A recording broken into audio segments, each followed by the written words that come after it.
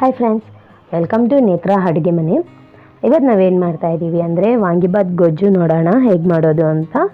ಇದಕ್ಕೆ ಈರುಳ್ಳಿ, ಕಡಲೆಕಾಯಿ ಬೀಜ ಏನೂ ಬೇಕಾಗಿಲ್ಲ, ಸಿಂಪಲಾಗಿ ಮಾಡೋಣ. 1.5 ಕಪ್ಪು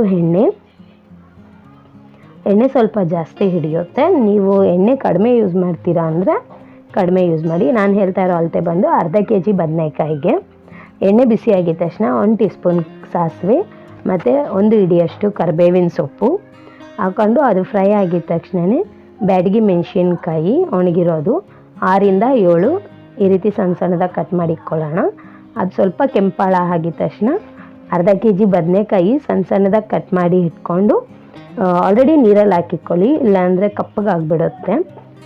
ಅದನ್ನು ಆ್ಯಡ್ ಮಾಡ್ಕೊಳ್ಳೋಣ. ಬದನೆಕಾಯಿ ಫುಲ್ ಹಾಕ್ಕೊಂಡು ಚೆನ್ನಾಗಿ ತಿರುಗಿಸ್ಕೊಳ್ಳೋಣ.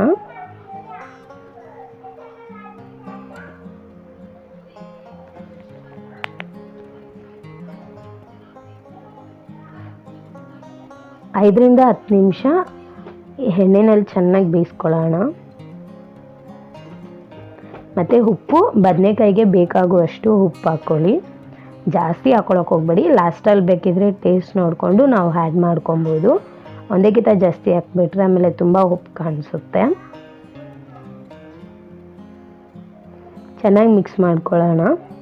ಈಗ ಮುಚ್ಚಳ ಮುಚ್ಚಿಟ್ಟು ಒಂದು 10ರಿಂದ 15 ನಿಮಿಷ ಮೀಡಿಯಮ್ ಹುರಿ ಇಟ್ಟು ಬೇಯಿಸ್ಕೊಳ್ಳೋಣ. ತುಂಬ ಹೈ ಫ್ಲೇಮು ಬೇಡ, ತುಂಬ ಲೋ ಫ್ಲೇಮು ಬೇಡ, ಮೀಡಿಯಮ್ ಇಟ್ಕೊಂಡು ಒಂದು 10ರಿಂದ 15 ನಿಮಿಷ ಚೆನ್ನಾಗಿ ಬೇಯಿಸ್ಕೊಳ್ಳೋಣ. ಈಗ ನೀವು ನೋಡ್ತಾ ಇದ್ದೀರಾ ಅಲ್ವಾ, ಗ್ಲಾಸ್ ಮುಚ್ಚಿರುವಂತಹ ಮುಚ್ಚಳದ ಮೇಲೆ ಫುಲ್ ನೀರು ಬಿಟ್ಟಿದೆ. ಈಗ 50% ಬದನೆಕಾಯಿ ಬೆಂದಿದ ತಕ್ಷಣವೇ ಅರ್ಧ ಬದನೆಕಾಯಿ ಬೆಂದ ಮೇಲೆ ಮೀಡಿಯಮ್ ಸೈಜ್ ಟೊಮೆಟೊ ಚಿಕ್ಕದಾಗಿ ಕಟ್ ಮಾಡಿ ಇಟ್ಕೊಂಡಿದ್ದೀನಿ, ಅದನ್ನು ಹಾಕ್ಕೊಳ್ತೀನಿ. ಈಗ ಬದನೆಕಾಯಿ ಟೊಮೆಟೊ ಎರಡೂ ಫುಲ್ ನೈಸಾಗಿ ಬೇಯಲಿ, ಚೆನ್ನಾಗಿ ಬೆಂದು ಬರಲಿ.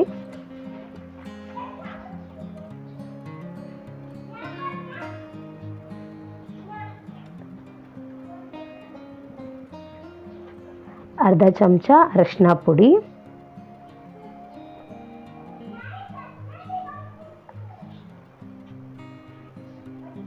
ಟೊಮೆಟೊ ಬೇಯಬೇಕಾದ್ರೆ ಬದನೆಕಾಯಿ ಜೊತೆಗೆ ನಾವು ಅರ್ಧ ಬದನೆಕಾಯಿ ಬೆಂದ ಮೇಲೆ ಟೊಮೆಟೊ ಹಾಕ್ಕೊಳ್ತೀವಿ.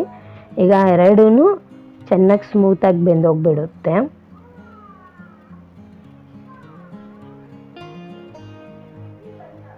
ಈಗ ನೀವು ನೋಡ್ತಿದ್ದೀರಾ ಅಲ್ವಾ, ಚೆನ್ನಾಗಿ ಬೆಂದಿದೆ. ಬದನೆಕಾಯಿ ಟೊಮೆಟೊ ಎರಡೂ ಬೆಂದಿದೆ.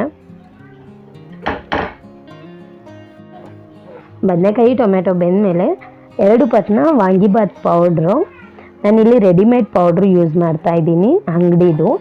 ಸೊ 2 ಪ್ಯಾಕೆಟು ವಾಂಗಿಬಾತ್ ಪೌಡ್ರನ್ನ ಹಾಕಿ ಒಂದು 5 ನಿಮಿಷ ಮುಚ್ಚಿಡೋಣ. ಉಪ್ಪು ಸ್ವಲ್ಪ ಕಡಿಮೆ ಇತ್ತು, ಅದರಿಂದ ಮತ್ತೆ ನಾನು ಸ್ವಲ್ಪ ಉಪ್ಪು ಆ್ಯಡ್ ಮಾಡ್ಕೊಳ್ತೀನಿ. ಸೊ ನೀವು ರುಚಿ ನೋಡಿಕೊಂಡು ನಿಮಗೆ ಉಪ್ಪು ಎಷ್ಟು ಬೇಕು ಏನು ಅಂತ ನೋಡಿಕೊಂಡು ಆ್ಯಡ್ ಮಾಡ್ಕೊಳ್ಳಿ. ಯಾಕಂದರೆ ಮುಂಚೆನೇ ನಾವು ಉಪ್ಪು ಹಾಕಿರೋದ್ರಿಂದ ಜಾಸ್ತಿ ಆದರೂ. ಈಗ ನೋಡಿ ಚೆನ್ನಾಗಿ ಎಣ್ಣೆ ಬಿಟ್ಟಿದೆ. ಈ ಟೈಮಲ್ಲಿ 1 ಕಪ್ಪು ಕೊತ್ತಂಬರಿ ಸಣ್ಣದಾಗಿ ಹಚ್ಚಿಕೊಂಡು ಮೇಲೆ ಹಾಕ್ಕೊಂಡು ಒಂದು 2 ಮಿನಿಟ್ಸ್ ಮುಚ್ಚಳ ಮುಚ್ಚಿಟ್ಟು ಆಫ್ ಮಾಡಿಬಿಡೋಣ.